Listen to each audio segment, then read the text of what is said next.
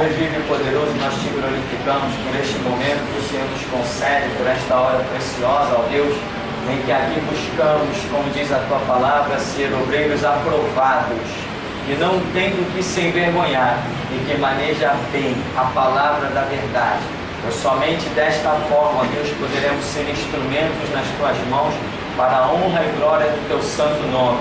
Pois o Senhor conta com a sua palavra. E o Senhor quer, não é sacrifício, mas conhecimento. Por isso nos agracia, ó Deus, com o entendimento, com a revelação. Pois sem ti nada podemos fazer. Assim agradecemos nesta manhã, em nome de Jesus. Amém. Amém. Vamos então seguir. Página 38. Um comentário, né? Uma matéria muito polêmica para alguns, principalmente polêmica para pessoas que têm sido influenciadas por testemunhas de Jeová. Porque o que acontece com os testemunhas de Jeová? Eles não seguem o texto bíblico, não, eles seguem versos bíblicos. E nós já falamos neste lugar que em um verso bíblico não existe nada escrito. Por quê? Porque Deus não diz assim, ó Isaías, escreve aí esse versículo. Isaías, escreve esse outro versículo. Jeremias, escreve este versículo. Não, a Bíblia foi revelada em livros, livro do profeta Jeremias, livro do profeta Isaías. Esse livro foi todo profetizado de uma única vez? Não, não foi. Mas Deus, em cada profecia, vamos assim considerar o que foi dividido por capítulos, ali dentro de um determinado capítulo, Deus revela um texto com o seu contexto, aquilo que ele deseja estar falando, sobre o que ele deseja falando. Então é um texto que expressa o seu contexto. Nesse texto nós temos o princípio, temos o meio e o fim daquilo que Deus quer falar, ainda que este princípio, meio e fim não signifique um fim encerrado, porque dentro desta palavra divina existe um conteúdo profético. Então aquilo que foi profetizado aqui, embora o literal esteja encerrado, o profético ainda terá o seu cumprimento lá na frente. Exemplo, o livro do profeta Daniel está encerrado? Literalmente sim, profeticamente não. O livro de Apocalipse está encerrado? Literalmente sim, profeticamente não. O Evangelho de Jesus Cristo está encerrado? Literalmente sim, profeticamente não. Amém? Então o que acontece com os nossos queridos testemunhas de Jeová? Eles pegam versos isolados e muitos versos, muitos, fora dos seus contextos, e aí saem metralhando a mente das pessoas. Tem pessoas que saem depois de um mês tendo aula com os testemunhas de Jeová, elas saem plenamente convictas de que certas coisas foram exatamente como eles ensinaram. Por quê?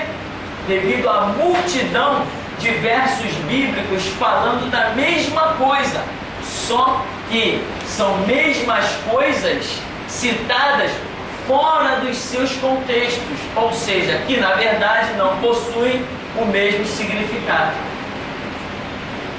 Então, quem estudou com os testemunhos de Jeová tem um problema sério com essa questão de novos céus.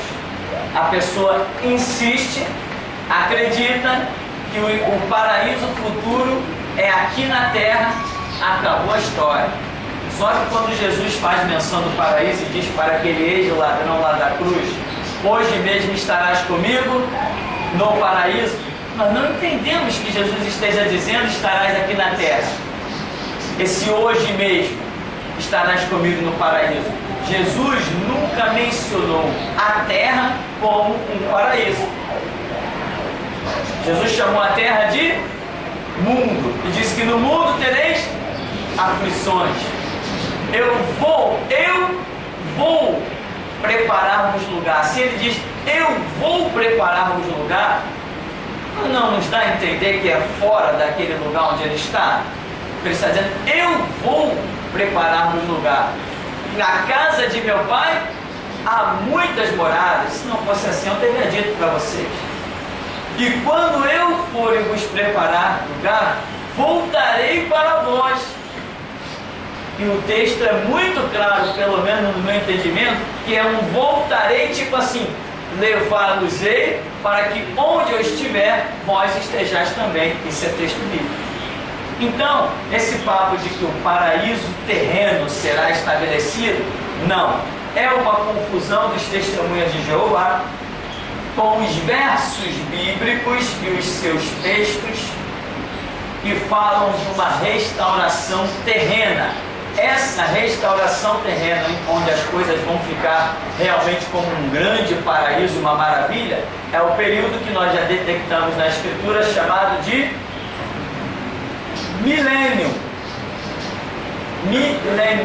1000 anos de um paraíso terreno, mas que os testemunhas de Jeová chamam de um paraíso eterno.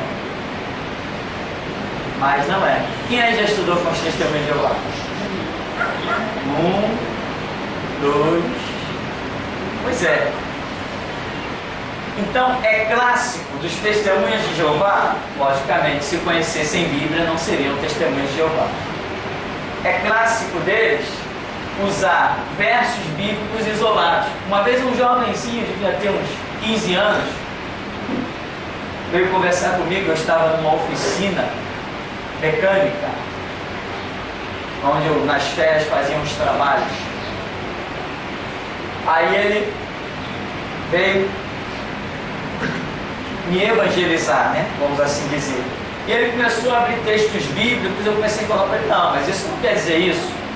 Isso quer dizer isso, isso e isso. Aí eu dizia para ele: olha aqui mais em cima, na própria Bíblia dele, olha o contexto mais em cima.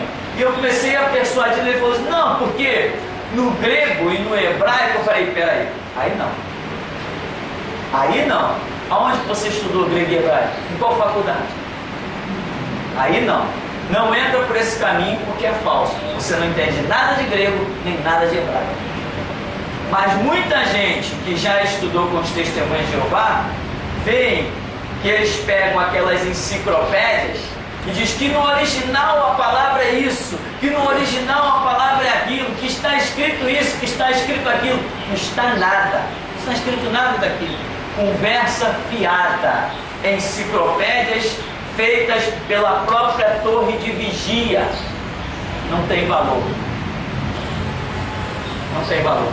Eles buscam criar livros que apoiem a própria doutrina deles. E isto também é clássico dos testemunhas de Jeová. Eles têm um montão de livrinhos semelhantes aos Mormons. Os Mormons são chamados a Igreja dos Santos dos Últimos Dias, não é isso? É isso, né? Os Mormons também têm um monte de livrinho com os estudos deles lá, paralelos à Escritura, onde eles procuram provar que a doutrina deles é verdadeira e se baseiam não na Bíblia, mas nos seus livrinhos paralelos. Então os Mormons, os testemunhas de Jeová, têm isso como clássico. Agora está sendo feita novas versões bíblicas. Presta atenção, o que é o final dos tempos. Jesus deixou uma palavra que diz: qualquer que mudar a palavra da profecia deste livro, Deus lhes acrescentará as pragas contidas neste livro, né? E qualquer que deu uma outra palavra que me faz a memória, em que Deus fala que vai trazer as maldições contidas nesse livro sobre a vida da pessoa. E hoje, nesses tempos que nós estamos vivendo, já está em andamento versões bíblicas totalmente adulteradas. breve nós teremos na nossa sociedade sendo vendidas Bíblias completamente adulteradas. E muita gente vai estar entrando em conflito. Não, mas aqui está escrito isso. Não, mas aqui não está. Esses conflitos vão existir. Essa versão bíblica não vai chegar tão profundo, ela não vai se espalhar tanto, ela não vai gerar tanto problema. Sabe por quê? Porque não há tempo para que ela gere tanto problema. Jesus Cristo voltará neste século antes que certas coisas dominem o mundo. Por isso estamos no final dos tempos. Se não estivéssemos no final dos tempos, o islamismo dominaria o mundo. Dentro de 60 anos, 70 anos, o islamismo dominaria o mundo. Não vai dominar. Por quê? Porque estamos no final dos tempos. Jesus Cristo brevemente julgará todas as coisas. Então, esses textos fora dos seus contextos, esses livrinhos paralelos dos testemunhos de Jeová, dos mormons, é um problema. Inclusive, ontem, um senhor da Testemunha de Jeová estava querendo levantar uma discussão comigo, mas primeiro eu não estava a fim de discussão, e eu não sou de repetir a mesma aula para quem eu já dei aula. Eu sou mais de virar as costas e ir embora, eu já dei aula para ele. E ele disse que leu um dos nossos textos, nossos folhetos, e que eu falo muitas verdades, mas a única coisa que ele reprovou do folheto é que eu não falo no nome de Deus. Eu não entrei muito, eu fiquei assim, não dei muita trela, já estava querendo ir embora, resolvendo um monte de coisas, mas ele insistiu. Eu falei assim, como assim não fala em nome de Deus? Ele falou, não, você não fala o nome Jeová. Eu falei, tá, entendi. Ele achava que eu tinha que mencionar esta combinação de letras, J-E-O-V-A. Para eles, e nós sabemos que isso também é uma realidade, para eles, o nome de Deus é Jeová. E toma-lhe livro paralelo para ver essa realidade, para provar essa falsa realidade. O nome de Deus não é Jeová. E Jeová, né, são as raízes em hebraico do verbo ser. Quando Deus disse para Moisés, Moisés perguntou, qual o teu nome para que eu vá a Israel, ao Egito, e diga que alguém me enviou? Aí Deus fala para Moisés, Moisés, eu sou o que sou. Daí surge a combinação de letras e Jeová está ligado ao eu sou o que sou. É um dito de Deus a respeito do verbo ser, da autoexistência. Então, isso é nome de Deus? Não, mas eles vão abrir um montão de enciclopédias e vão provar para você, com estudos falsos e mentirosos em grego e no hebraico, que só eles conhecem, só na faculdade deles que existe esse grego e esse hebraico dizendo que o nome de Deus é Jeová. Então, quem já estudou com eles, os testemunhos de Jeová, com os mormons, sabe que eles usam um montão de livrinho paralelo para provar as suas ideologias.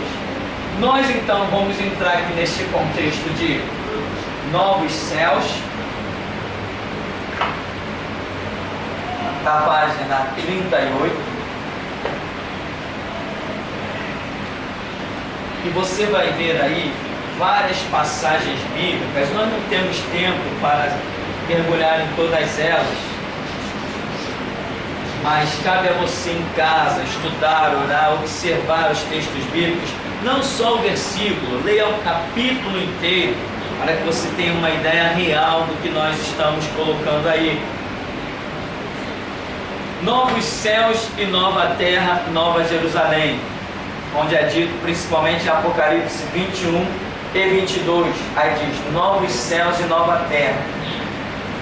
Começa o primeiro ponto, os céus e a terra desaparecerão.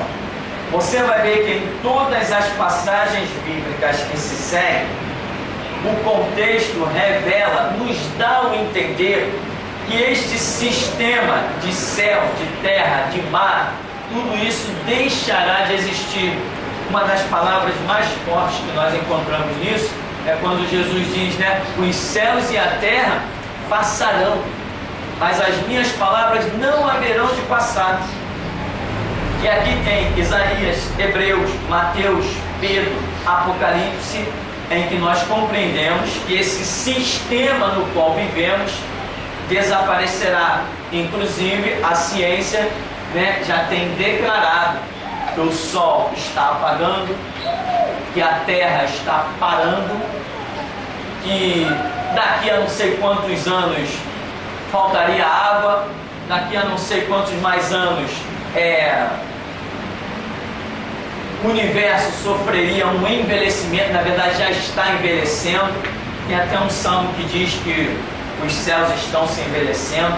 Então a ciência mesmo hoje já está provando que o homem não teria condição de mais não sei quantos anos aí pela frente sobreviver nesse planeta, porque a vida seria impossível.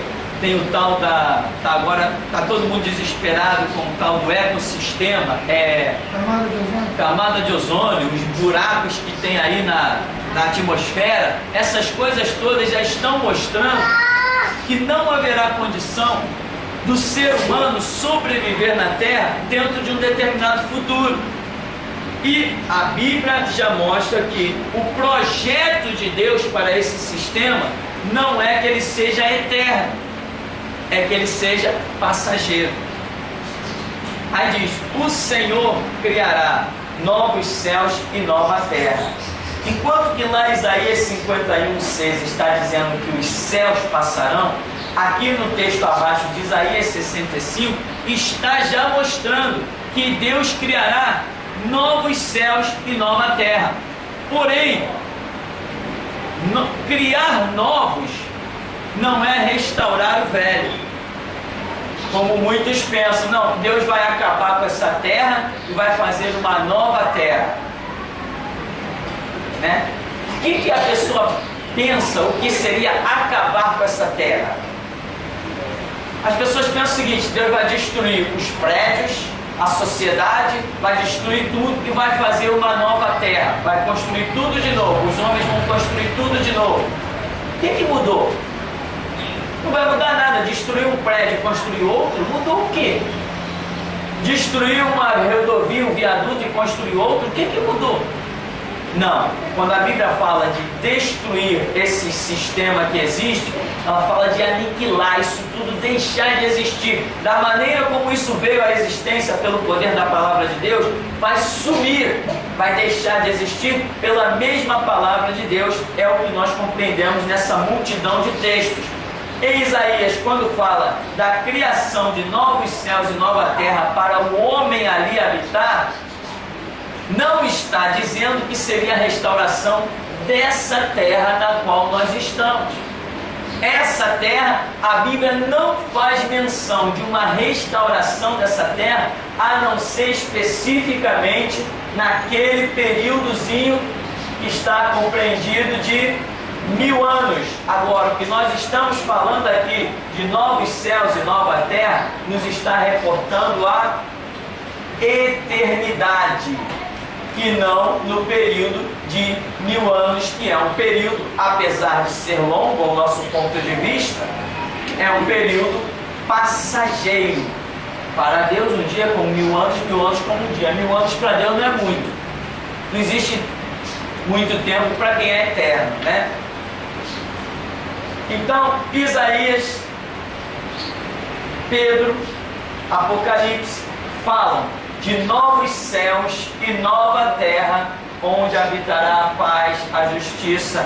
Inclusive Apocalipse diz que esse novo céu e essa nova terra, nos textos aí você vai imaginar, você vai descobrir, principalmente de Apocalipse, algo importante, que diz que haverá uma cidade, a Nova Jerusalém, e essa Nova Jerusalém não terá sol. Opa! Se não terá sol, eu já fugi desse sistema que eu conheço. E diz que a glória do Cordeiro iluminará a cidade. Quero lembrar você que essa cidade, quando nós falamos de cidade, nós temos ideia de um lugar pequeno, um lugar muito limitado. Mas aqui estamos falando de cidade como lugar de habitação dos santos. Ou seja, um lugar ilimitado aos nossos olhos. Não estamos falando de cidade, uma construçãozinha, como estamos habilitados a ver dia a dia. Não é isso. Aqui cidade não está delimitando como a nossa mente está acostumada. Mas cidade, aqui, tem a ver com a habitação eterna dos santos, dos salvos, do povo de Deus. Então, Apocalipse diz, João vê que essa cidade não tem sol e que a glória do Cordeiro, a glória de Jesus Cristo, ilumina essa cidade. Então nós estamos falando de coisas espirituais em que é especificado, inclusive eu acho que para iluminar a nossa mente, né, João especifica que essa cidade não terá sol. Eu creio que ele está procurando nos mostrar que não tem nada a ver com o sistema que nós vivemos, o universo que nós vivemos e o planeta que nós vivemos. Embora isso não seja uma doutrina essencial à salvação, porque não faz diferença se essa cidade vai ser no céu, na terra, no norte, no sul, na China, no Japão, não faz a mínima diferença. Este fator não é doutrina básica para a salvação. Nem quem prega o Evangelho se prende a pregar essas coisas. Isso não faz diferença.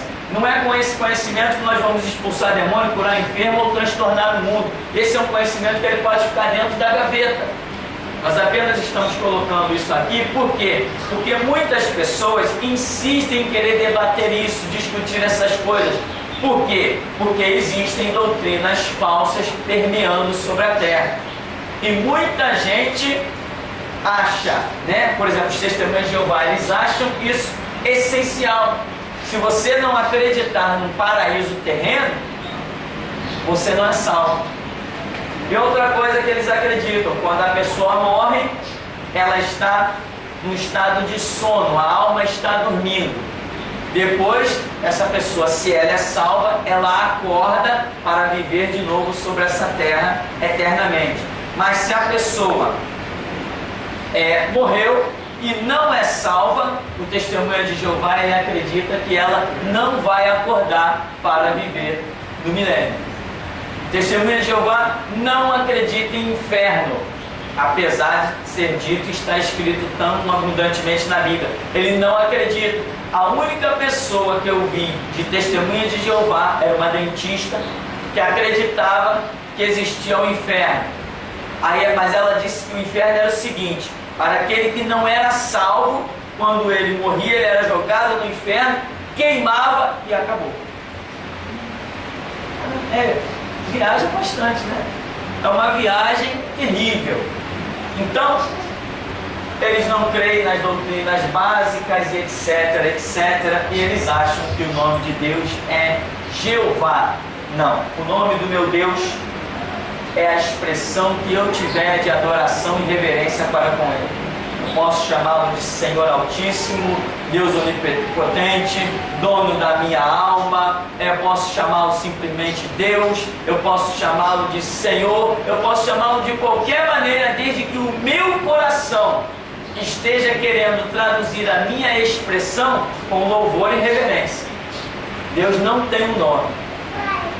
Aliás, nós já temos inclusive uma mensagem, estudos que revelam que nome significa princípios, conceitos que envolvem esse nome. Tem gente que pensa que está protegido, por quê? Porque abriu o Salmo 91 dentro da sua casa. Tem gente que está protegido porque está usando uma camisa escrito Jesus, ou eu creio em Jesus. Não. Jesus falou: aquele que tem o meu nome e o guarda, esse é o que me ama. A esse eu me manifestarei? Não. Aquele que tem os meus mandamentos e os guarda. Quem conhece o nome de Jesus, na verdade, conhece os seus mandamentos, os seus conceitos, os seus princípios. Conhecer uma combinação de letras, como os testemunhas de Jeová, ou como muitos cristãos, JSUS Jesus, isso aí não leva ninguém a nada. Tem gente que pensa, inclusive, que é o nome de Jesus, combinação de letras, que expulsa demônio. Está fracassado. O demônio não olha que você está mencionando um JESUS. O demônio olha princípios. Se esses princípios estão na sua vida e o Espírito Santo está lá, por causa desses princípios, o demônio te respeita, fica de joelho e vai embora. Mas muita gente já tentou usar o nome de Jesus, né? Eu vos esconjuro por Jesus, a quem Paulo prega. Estava perfeito. E os demônios disseram o quê? Eu conheço Jesus e também sei quem é Paulo. Mas vocês, quem são vocês? E a Bíblia diz que ele saltou sobre eles, bateram neles, e eles nus e feridos saíram envergonhados. Ora, mas eles mencionaram o nome de Jesus, mas não tinham os princípios concernentes a este nome. Se bastasse o nome, Jesus diria: ó, ide por todo mundo e anunciai meu nome. Meu nome é a varinha mágica. Quem fizer menção do meu nome, acabou a história. Jesus não disse isso. O Antigo Testamento diz que Deus quer conhecimento, e no Novo Testamento Jesus disse: ide por todo mundo e pregai o Evangelho. O Evangelho é um complexo, é uma doutrina múltipla e não apenas um nome. Então, o conceito de novos céus e nova terra, pelo que eu entendo na Bíblia, eu falo pelo que eu entendo, porque você tem total liberdade para chegar, examinar e ter as suas conclusões, mas eu entendo que novos céus, nova terra não serão aqui. O sol vai sumir, não sei quando, mas vai sumir, vai. A lua vai desaparecer, Mercúrio, Vênus, Terra, Marte, Júpiter, Saturno, vai tudo sumir, Terra vai sumir. Todas as centenas de milhares de galáxias que os cientistas têm descoberto vai sumir. Esse céu azul vai sumir, o mar, tudo que você imaginar, tudo que você vê e a respeito de tudo que você tem ouvido vai sumir. Paulo diz que para nós está reservado aquilo que olhos não viram, ouvidos não ouviram, nem nunca penetrou o pensamento humano. Então, se Paulo escreve isso, eu acredito que Paulo também imaginava que esse sistema vai sumir. Bom, a Nova Jerusalém, no item 2, diz: a Nova Jerusalém será a sede do governo e o tabernáculo eterno. Aí nós já estamos falando da sede do milênio, né? Falamos do conceito de céu e terra desaparecer, do novo sistema, mas agora é como se nós tivéssemos dado um passinho para trás e falarmos da sede do governo milenar, que ainda será sobre a terra, quando Jesus Cristo, brevemente, creio eu, neste século, pisará sobre o Monte das Oliveiras, vai pôr por minha guerra do Armagedon e vai estabelecer como remanescente de Israel, que Deus já está revelando o contato deles com o nosso ministério.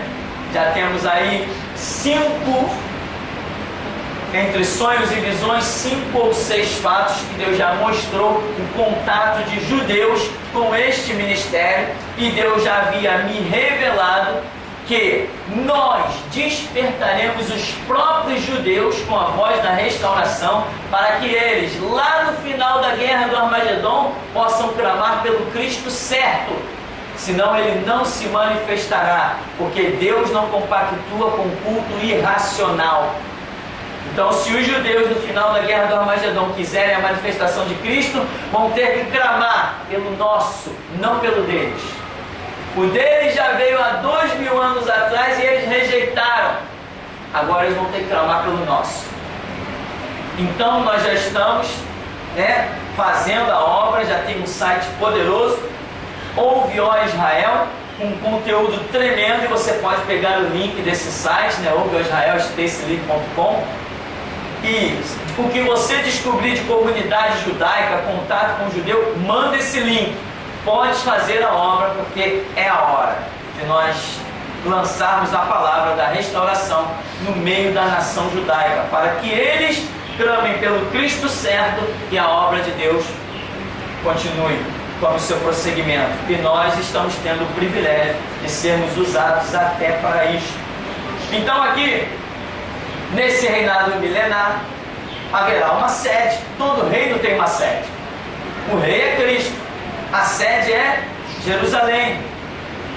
A lei sairá de Sião. Sião é aquela região de Israel. A sede é Jerusalém. Tem aí as passagens bíblicas para você examinar.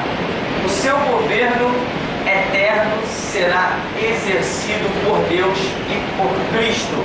Aí, pastor, você está falando que é um governo sobre a terra. É um governo limitado. E agora na parte de baixo está dizendo que o seu governo eterno será exercido por Deus e por Cristo. Sim, porque este governo de Cristo, lembra que é a pedra cortada sem mão que atinge os pés da estátua vista por Nabucodonosor, interpretada por Daniel. Esta pedra se transformou num grande monte e dominou toda a terra. E é dito que este governo não passará a outra geração. Então presta atenção. Depois que Jesus Cristo brevemente vier e fundar o seu reinado milenar, esse reinado dará continuidade ao reinado eterno de Cristo com o seu povo. O reinado eterno de Cristo com o seu povo começa na terra com o milênio, não passa mais o domínio a homem nem a império nenhum. Esse sistema será destruído e nós adentraremos as mansões celestiais numa cidade conhecida como Nova Jerusalém, cidade de paz, cidade de luz. Então é eterno porque começa aqui e não tem fim.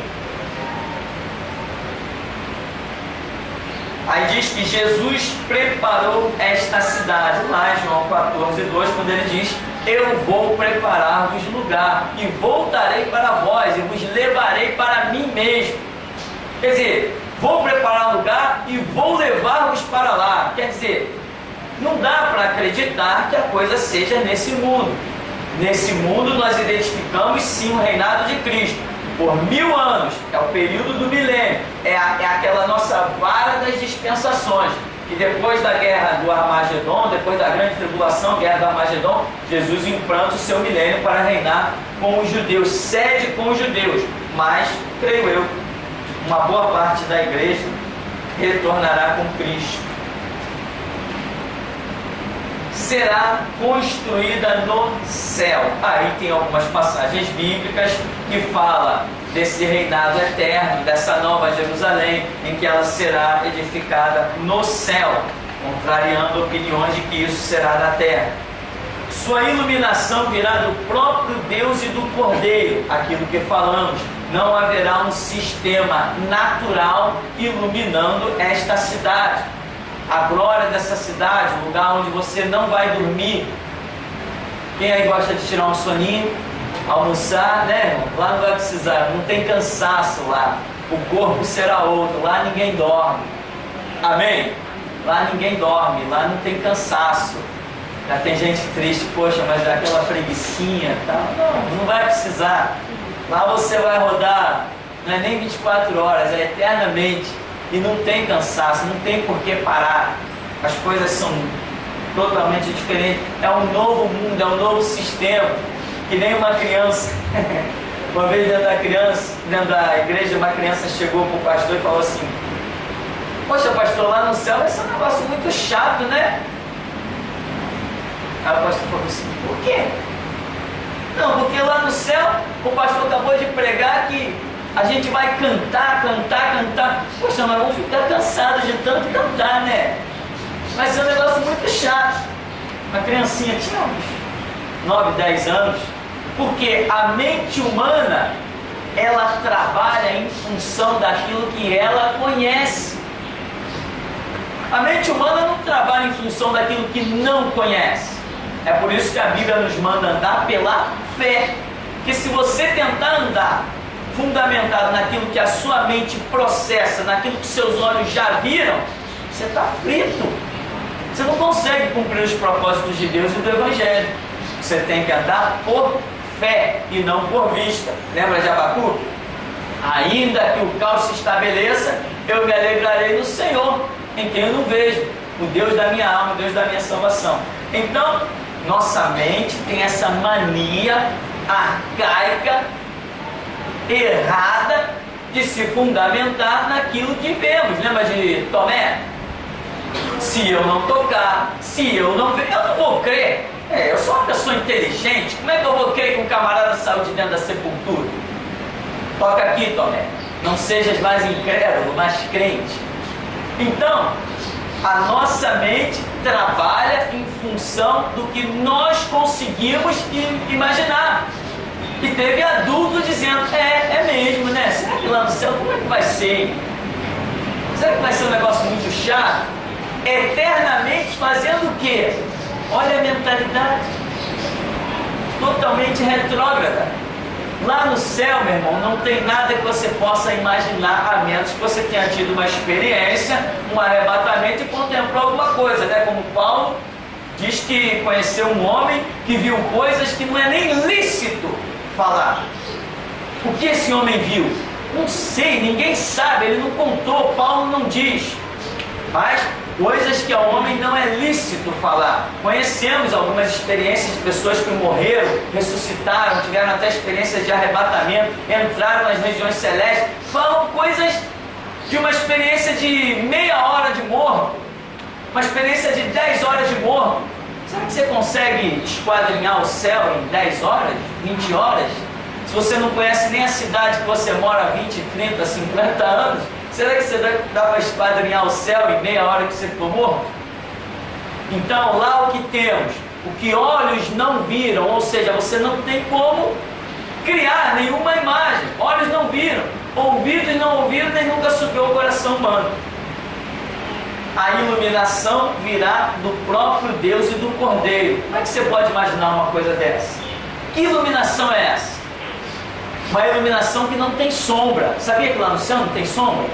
De onde está o trono de Deus? O trono de Deus está para ali, né? Então quer dizer que a luz de Deus bate em mim, a minha sombra projeta aqui. Não existe sombra. A glória de Deus, ela não é manifesta por uma direção. Entende que a sua mente, a minha mente, não consegue captar o que é a eternidade? É melhor parar por aqui, né? Mas já está dando nó aí na cabeça de algumas pessoas. Melhor parar. Porque às vezes a gente recebe alguma coisa aqui na frente que nem nós mesmos não sabemos. Aí vem aquela graça para nós entendermos. Mas muitas vezes parece que algumas pessoas começam a ficar meio tontas. Isso é normal. Então, vamos seguir. Será de pedras e metais preciosos, muros de jaspe, rua de ouro, e por ela passará o rio da água da vida. Tá, me descreve isso aí. Metal. Metal que eu conheço é cobre, zinco, ouro, prata. Lá no céu é a mesma coisa?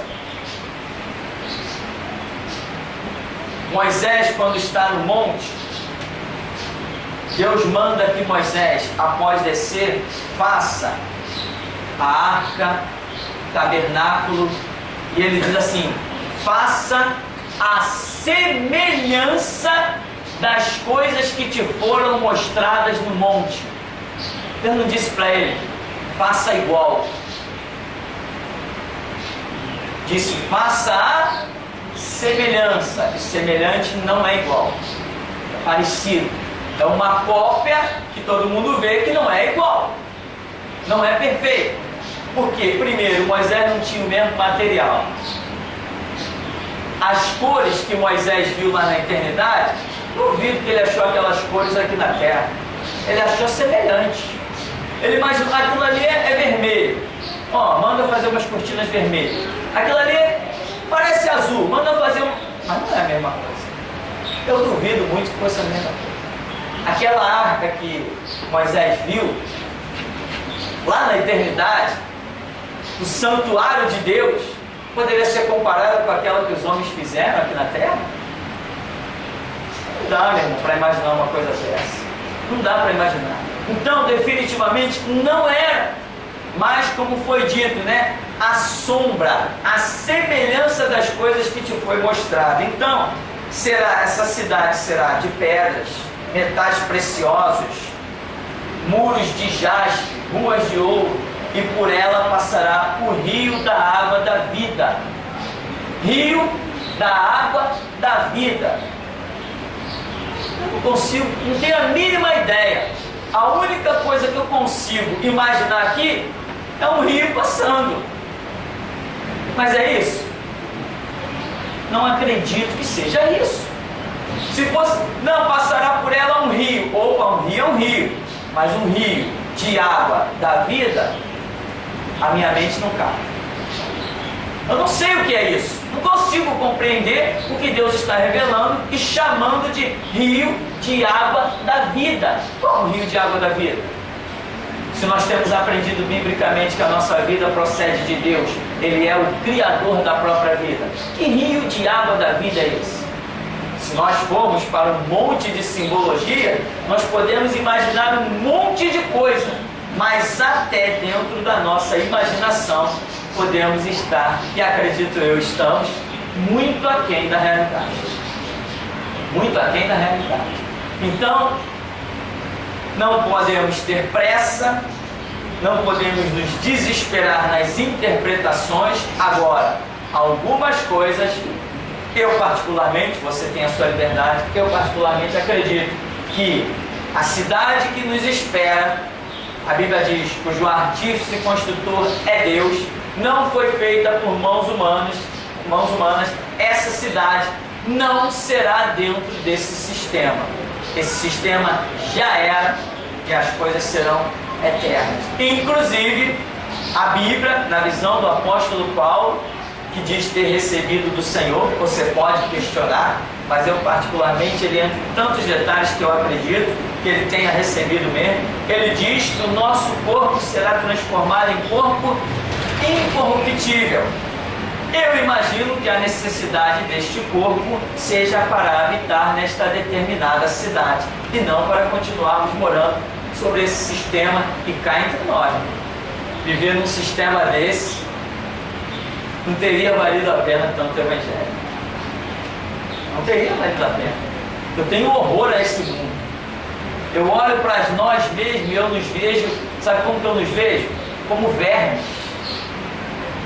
Tu passa numa rua em pleno céu aberto, as nações, apesar de terem tanto dinheiro, você vê pessoas perto de redes de esgoto, um verdadeiro horror, uma calamidade pública, aquilo fica ali, ninguém toma providência, você passa uma semana, duas e aquilo está ali, você passa um ano e aqueles buracos estão ali, e você tem que passar se desviando.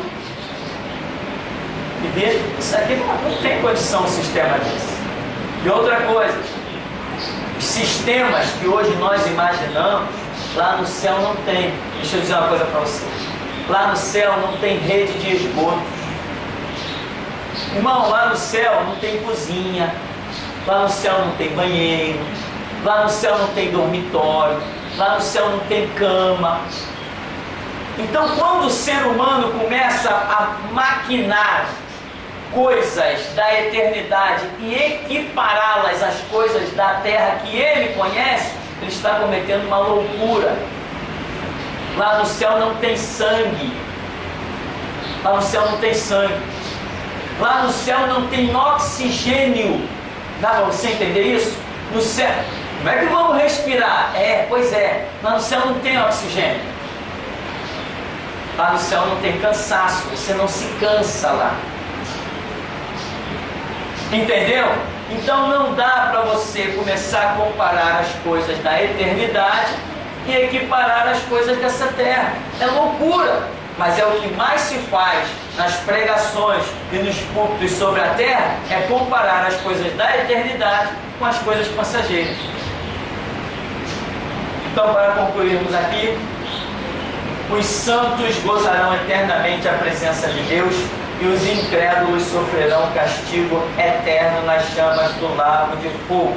Apocalipse 20, Apocalipse 21, Maranata, ora vem Senhor Jesus. Então nós concluímos mostrando que essas coisas tremendas que olhos não viram, nem ouvidos ouviram, nem nunca penetrou o coração humano, é preparado para os salvos. Os salvos são salvos eternamente. os perdidos. Diz a Bíblia, não é uma questão de não, uma interpretação errada. Não. Há uma interpretação diferente. Não.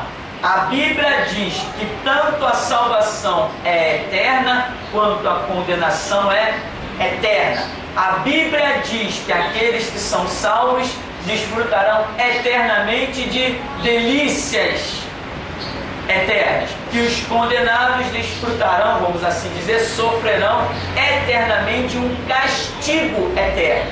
Enquanto existe eterna paz, harmonia, presença de Deus, existirá também eterno desprezo, angústias, dores e tormentos. Os dois são eternos, porque o preço é um só. O preço do gozo eterno é Cristo Jesus derramando seu sangue, e o preço da condenação eterna é Cristo Jesus derramando seu sangue. Ele falou: quem crê será salvo, quem não crê, condenado. Eu não estou julgando ninguém, mas as minhas palavras julgarão no tempo do juízo final. Então, salvação e condenação é eterna, contrariando mais uma vez os testemunhas de Jeová e companhia limitada. Amém? Vamos dar uma paradinha, já já a gente volta.